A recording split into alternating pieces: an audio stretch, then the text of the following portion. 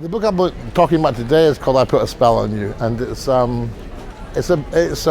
book of digressions about romantic love, about ideas to do with happiness, to do with freedom, all of those kinds of things that matter to us, and the way in which romantic love gets in the way of freedom or self-expression or self-determination. So it's really that kind of conflict between happiness as yourself and happiness with other people. I have written a lot of poems about this kind of experience. I always say I write poems about love, mostly about disappointment. I don't think you write poems about being happy. You write poems about being sad, being disappointed, not getting what you want. But for the first time in prose, yeah. When I write poetry, it's a completely different process from prose. I started off writing poetry, and what I did was I went for walks. My original feeling was that what you did was you sat at a table and you got a piece of blank paper out and you wrote a line and you think and you wrote another line. Like Dr. Zhivago, that scene in Dr. Zhivago. And I always thought that the guy was crazy because Julie Christie's sleeping in the next room. Well, why are you writing poetry, man? But that's what I thought you did. And when I got blank paper and pens and stuff and put it on the table, nothing happened. So I started going walking, and if I came back with lines in my head, I could still remember them. Maybe they were worth putting down. Whereas prose is a hard, miserable process. Actually, you write and you rewrite and you rewrite again, and you change this and you change that, and nothing happens, and then something gels, and then you start flowing a bit, and you get a kind of rhythm, and then you get maybe 4 or 5 pages if you're lucky. But it's all hard work. So poetry is much easier. Yeah, I was here in this festival 5 years ago, maybe 4 and 6. After 2 years, you start losing the thread of time. It was I think the same as now. It was sunny, so in my mind, Edinburgh is always sunny, and good weather and people with beer and ice cream, and it's a huge festival. It must be one of the biggest festivals in the book festivals, but it don't feel like that. In positive way. It's usually if it's a big festival, you get lost, and it's too huge in a way. But it's very, very friendly. People who are the staff here, but also if you look around and see there's a smile on everyone. You go into the bookshop, and people are always lining up buying books. It's never easy to buy a book here. You have to wait for 10 minutes to pay for it. That's paradise. Well, I'm here to promote or talk about a book which is The Heart of Man, Hjarta mannsins in Icelandic, and it's third or last book in trilogy. We started with Heaven and Hell, and then came Sorrow of Angels, and it's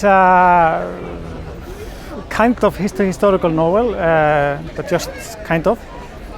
Take place mostly 100 years ago or something, roughly in Iceland, in a rather remote place. So you have a remote country and remote place in the country. But those who are telling the story, some voices, there's some group of people who seems to be stuck between the life and death, and they give I hope, the story a kind of timeless feeling.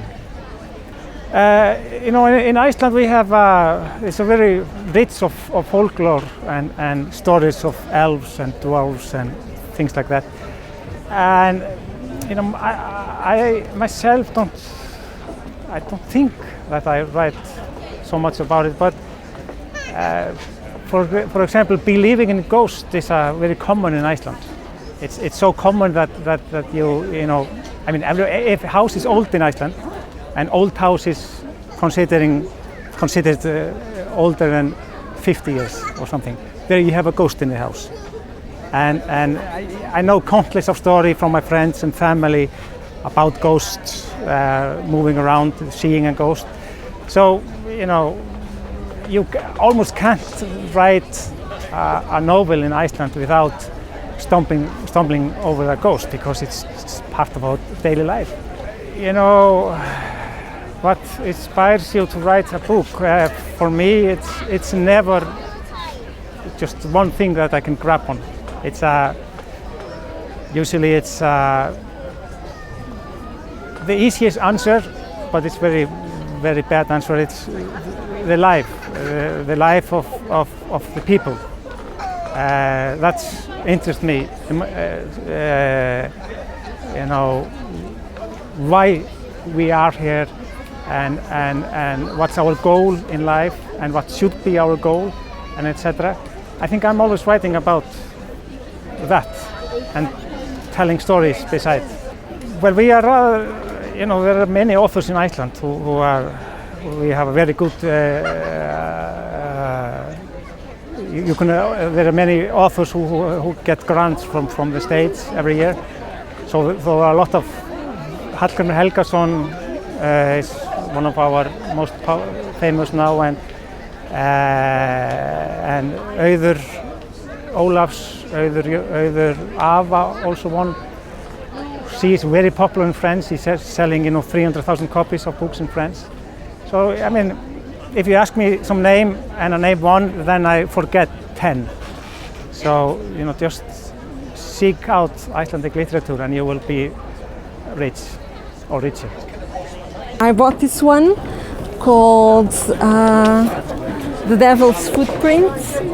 So the devil is quite a big character in Portuguese mythology, where I come from. So John Burnside is also a big fan of Celtic mythology.